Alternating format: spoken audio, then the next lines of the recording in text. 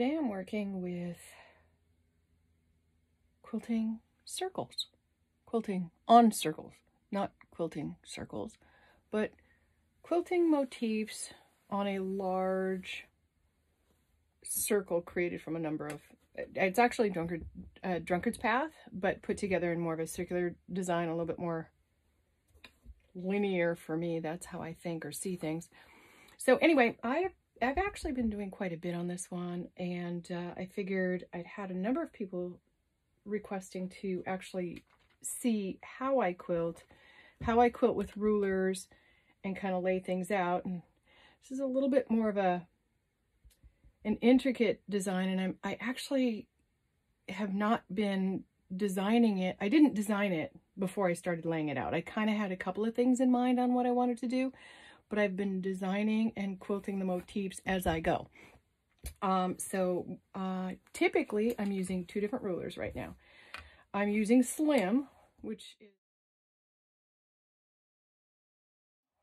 is probably Slim is my favorite go-to ruler for a straight ruler. It's designed by Angela Walters. It's made by Creative Grids. I love that it's got the little bit of grippies on the back, and then it's got these perfect 1/4 inch lines, which I use all the time to keep lines straight and to kind of measure things out and stuff like that. And then I've got, this is a Handy Gadgets. It's made by Handy Quilter, and it's an arc design with a lot of, well, it also has 1/4 inch lines on it, and I don't know if you can see that on this one is easily. But that's what I'm using to, one, outline my circles, so I'm kind of stitching and the ditching as I go. But I also am using it to create these 1 inch areas where I can plug in some new motifs. Now, this gets really interesting here because I'm kind of doing things a little bit backwards from what I would normally see, and I'm not by any means perfect at it.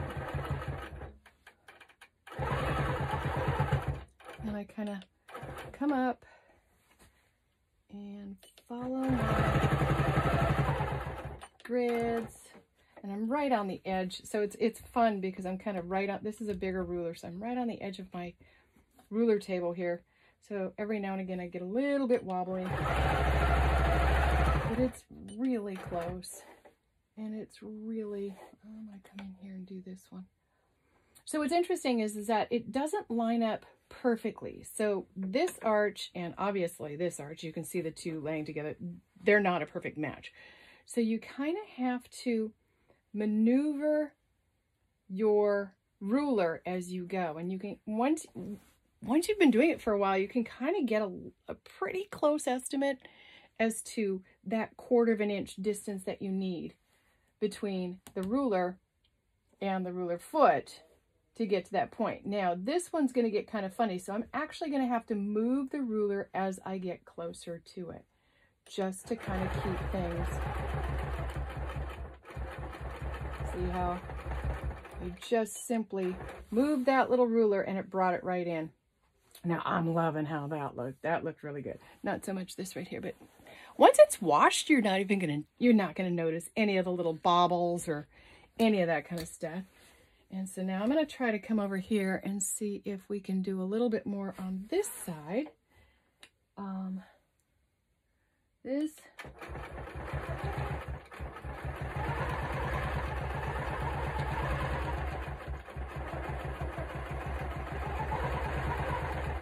go.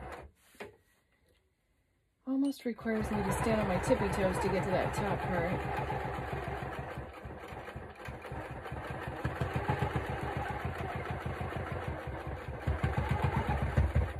Go. Dun, ta-da. So we got that part done. Now, what I've been doing with a lot of these is I've kind of been going back and forth and figuring out just how I want to do my designs within my blocks and then within the patterns in between. So it's what I'm doing on the white is I'm creating these two lines, and then what I'll do is I've got another idea for a motif that's going to go in the dead center of that. And then on the color pieces where they match, I'm going back and forth, up and down, back and forth, up and down. And then same concept with the quarter pie is this one's up and down, this one's back and forth, so this one's going to be back and forth so that they're not two in the same grid. And so in this particular case, I actually have to go all the way back. What I like to do when I'm doing my lines, my rows within the quarter of a pie, is I start on the inside because I can follow this as my first line. And that way I'm measuring off of that and I'm getting a pretty accurate go for those straight lines.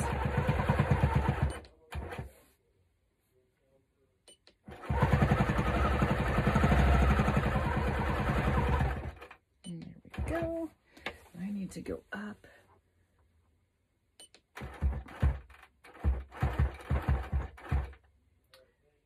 And this one's going to be back and forth, so I'm going to start right about here. Now, what I'm doing is I'm measuring up to this so that this second line, it's actually the 1/2 inch line, matches my seam. So I need to go up just a hair more and one more, and then I'll stop here. And this is where I'm going to start going and back and forth.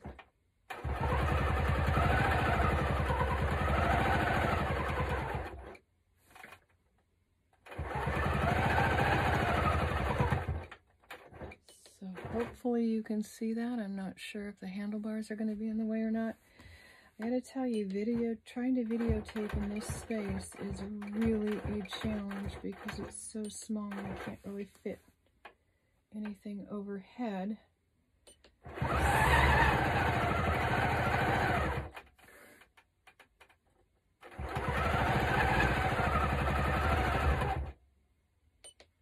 And so we've got 2 of our lines done so far. And so what I like to try to do is I try to match my last line with halfway in between, and then I try to get up to roughly 1 inch up. So you got a little bit, I didn't quite make it, and I'm not seeing it straight purely because I'm not sitting right over the top of it like I normally would be. See, I'm off by a 1/2 hair, so I'm going to come back down a 1/2 hair. And here we go.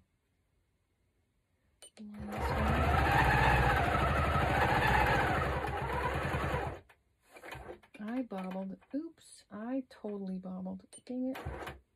That's okay.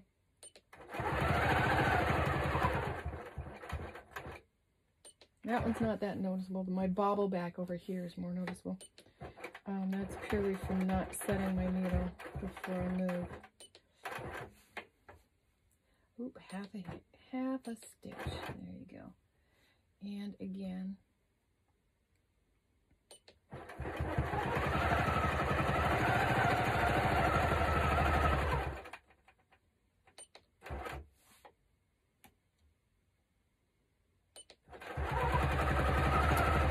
Did it again. That's all right. That's all right.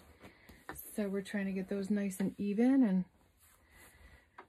well, they're kind of even. So again, if I measure where my stitch line comes halfway in between here, I should try to line up my needle with this mark right here. Let's see how close I am. I'm usually about 1 stitch width. Oh, that's right on the money. So there you go. There we go.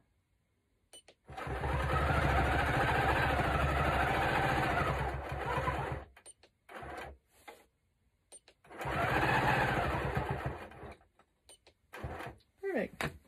And so I will continue up on this.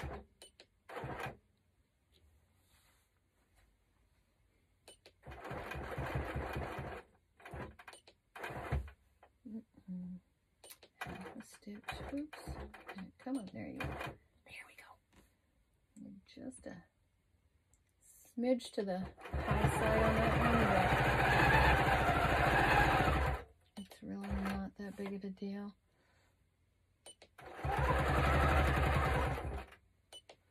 So I'm trying to get this as straight as I can because I'm kind of trying to work around the camera, which is always fun. And there are times where I need to get right on top of things here.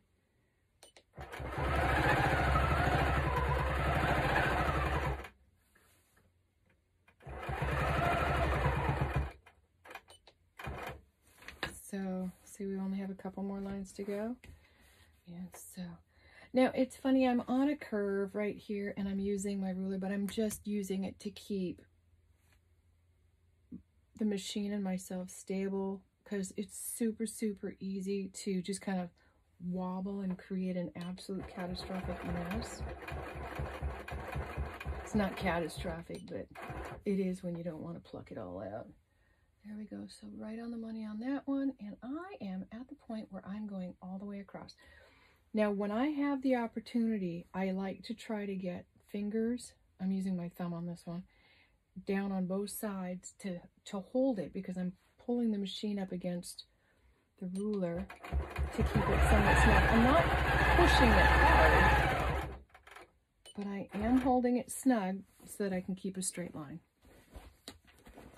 So this is how I am using rulers with my CUNY 19 on. Oop, we got to go up a little bit further. There we go. On the cutie frame. And then we've got one more to do.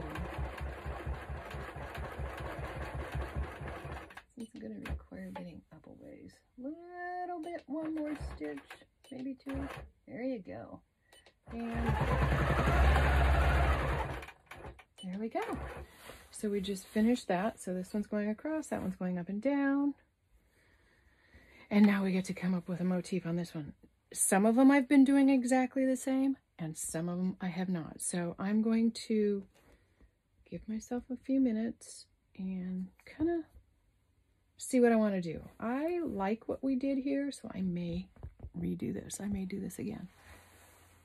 Okay, so now I'm going to just kind of go through how I lay out my patterns. And I have one of the Fawns and Porter's marking pencils. So it's erasable and it's washable. It washes out, which is really, really nice because I'm doing most of the design on white. And the yellow chalk marker that I use a lot, that I love for straight lines and marking and stuff, it's too big. It's too big and too bulky for what I need here. So bear with me because my head might get in the way a couple of times. Now what I'm going to do is I measure 1 inch down. So each one of these is 1 inch. So I'm going to measure down 1 inch and make my first mark here, but then I'm going to go around and roughly make a 1 inch mark all the way around. And I'm going to need to kind of come over here to make sure that I've got my ruler lined up right on the edge, because if it's off, I mean, I'll end up stitching it off. It never fails. But I like to try to be as close to 1 inch out as I can be. Sometimes it's a little hard to see because handlebars and things get in the way. And then now I'm off the table. And that's the nice thing about these particular marking pencils. You can get them with white like chalk thread, chalk lead, excuse me. That's really great for marking on the darker fabrics, but I need the darker one because I'm marking on my whites. So I'm going to do this. And what I found is it's great to mark them as I go versus trying to mark them all at the same time. And it's just purely because I'm marking them off of my stitched lines. So what I'll do is I'll come in here, I'll come down, and I will use my curved ruler, follow these dots. It's kind of like connecting the dots as I thread along. I don't go super, super fast. And then I'll get to here, and then I'll measure out 1 inch again, and then I'll do the same thing. And I think I might just duplicate this.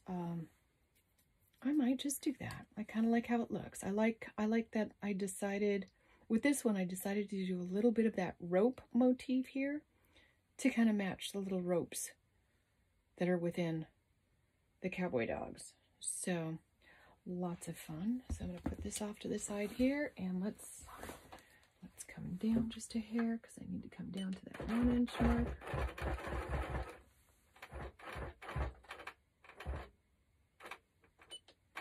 Oops, there we go. I think that's about it. Sorry if my big head's in the way.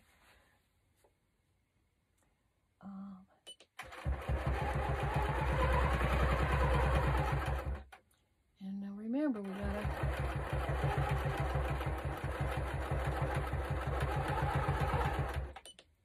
see, I'm close, but I'm not exactly on, which is what happens. It happens. Sometimes I make it like almost perfectly, and other times not so much. There we go. Okay. Oops. So I've got a couple that I kind of missed a little bit, but that's okay. You know, the great part is we can go in. Oops. You can go in there. Erase those little marks. Like I said, they wash out. They wash out beautifully, so that's a wonderful thing. And now we're going to do the same thing, only backwards.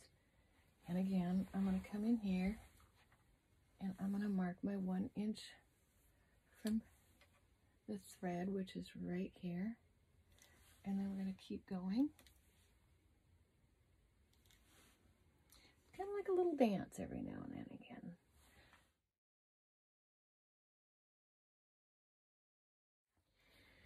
So I'm sure there's a ton of other ways of doing it. But again, I've only had this machine since the middle of March. I got the frame the first part of March. So pretty new at doing a lot of this, but I thoroughly love it, and I love trying to figure out how to do it. This quilt is roughly 80 inches by 80 inches, and I'm doing it on the cutie frame, which is 48 inches across, and I don't quite have enough space to do the whole circular motif within, so what I've been doing is I've kind of been doing it in little semi-quadrants. I'll do the top half of a circle and then the bottom half of the circle. Okay, so here I'm going to just kind of jut across to my next mark. Oops, ridges right there. And then I'm going to, now I can't use the ruler on this side because the ruler is going to curve that way. So I have to use it on this side, and it's a little backwards because this was a lot easier to do because this was all kind of working in front of me. This one I'm kind of working a little bit more behind me.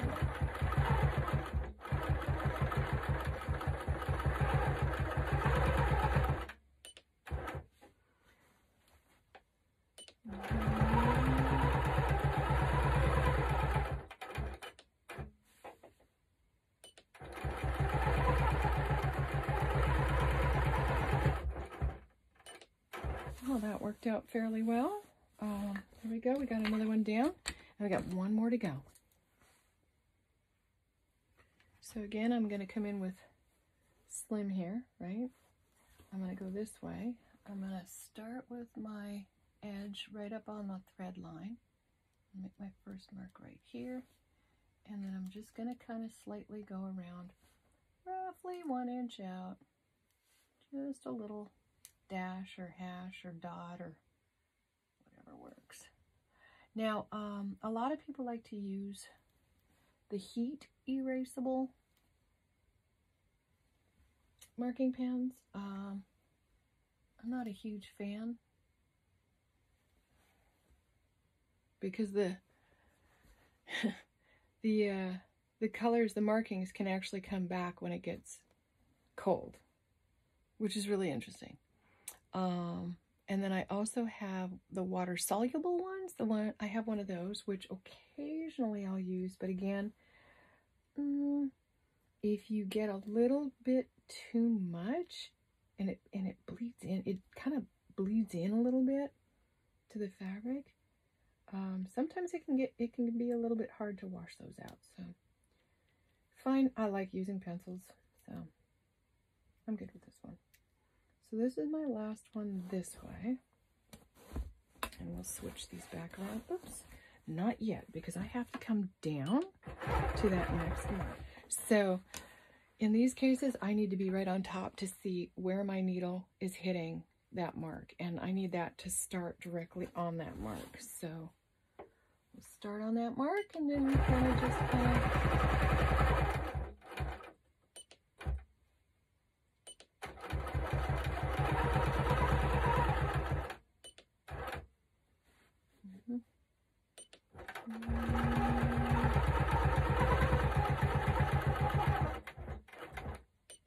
there we go. So we're done. We're done with that part. So the next step here is the motif itself. And I'm going to give this a try and see if I can get this to work. Okay, so here we're going to start. We have the an initial rope pattern over here on the other side. So we're going to start with that. And I'm going to come up. And in this case,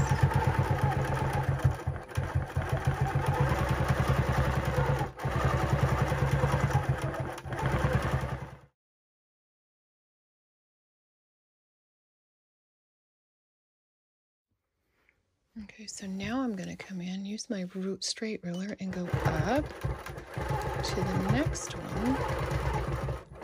Okay, so now we're going to come down using the same pattern that we did to do the rope on the outside. And this one's backwards for me, so it's a little bit more difficult for me to do.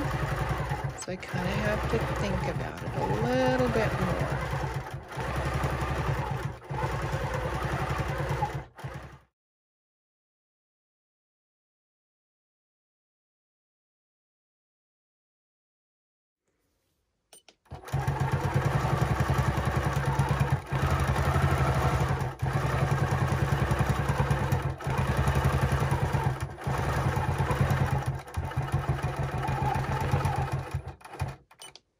Okay, so the next motif design is loops and loops. So this one, I'm going to start here.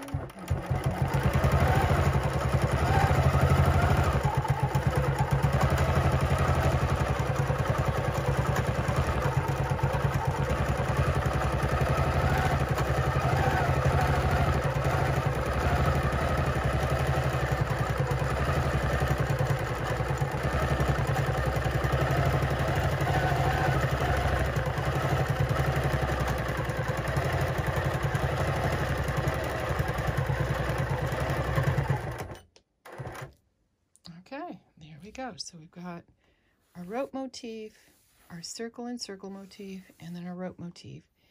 And now, if we look back down at this one, let's see if I can do this real quick.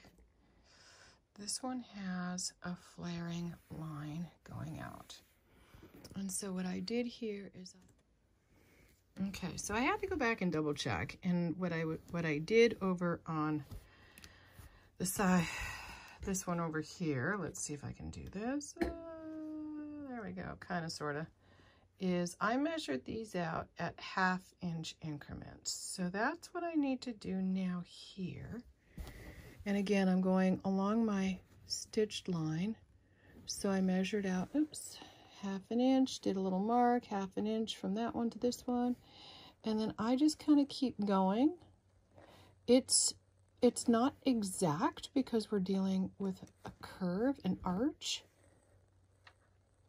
and a square ruler.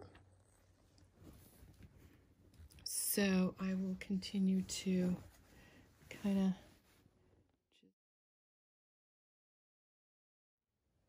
then we get everything in position and we start doing straight line ruler work. Okay, so first things first, I want to bring this one down. There we go. Off just a hair on that one. And I need to set my machine up so it stops with the needle down. There we go. And I'm going to be going back and forth on this one because now I need to just slightly scooch over to this mark, which is right here. There we go. And I'm going to start here. Now, you know, for a lot of you that are new to this, we have to remember that we have a ruler foot to both sides of the needle. So roughly 1/4 of an inch on each side of this needle. Let's see if I can show it. So if we kind of line the needle up with that, the outside of this one is roughly 1/4 of an inch. So if we just do a straight line to the corner right here, we're actually going to end up stitching 1/4 of an inch off of that. So we have to take our ruler and kind of visually go, okay, 1/4 of an inch is over here, so I need to move my ruler over this way to get that to be a straight line down.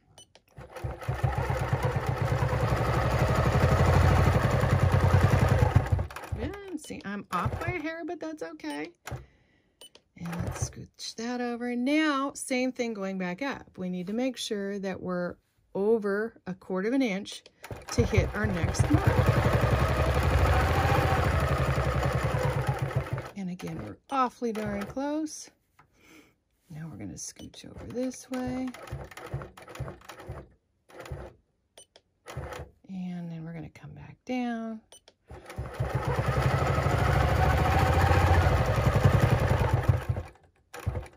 There we go. Needle over.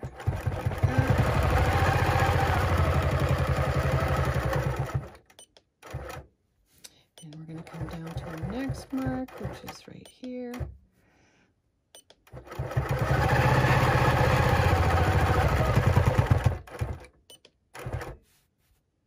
And back up.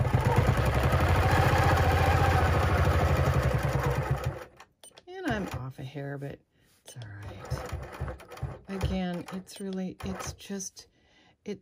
for how the overall motif is going to look, and I don't think anybody's really going to notice. Oops, that one. I moved my ruler around, so we've got a little teeny bend on there. See, that happens from time to time.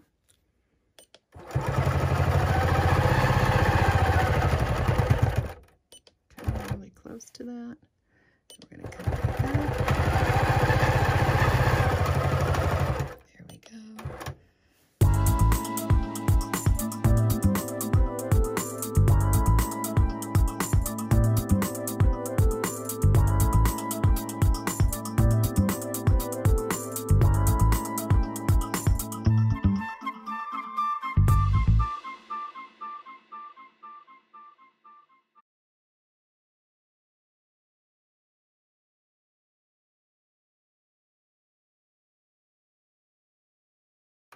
And there we go. So we just finished this whole circular design.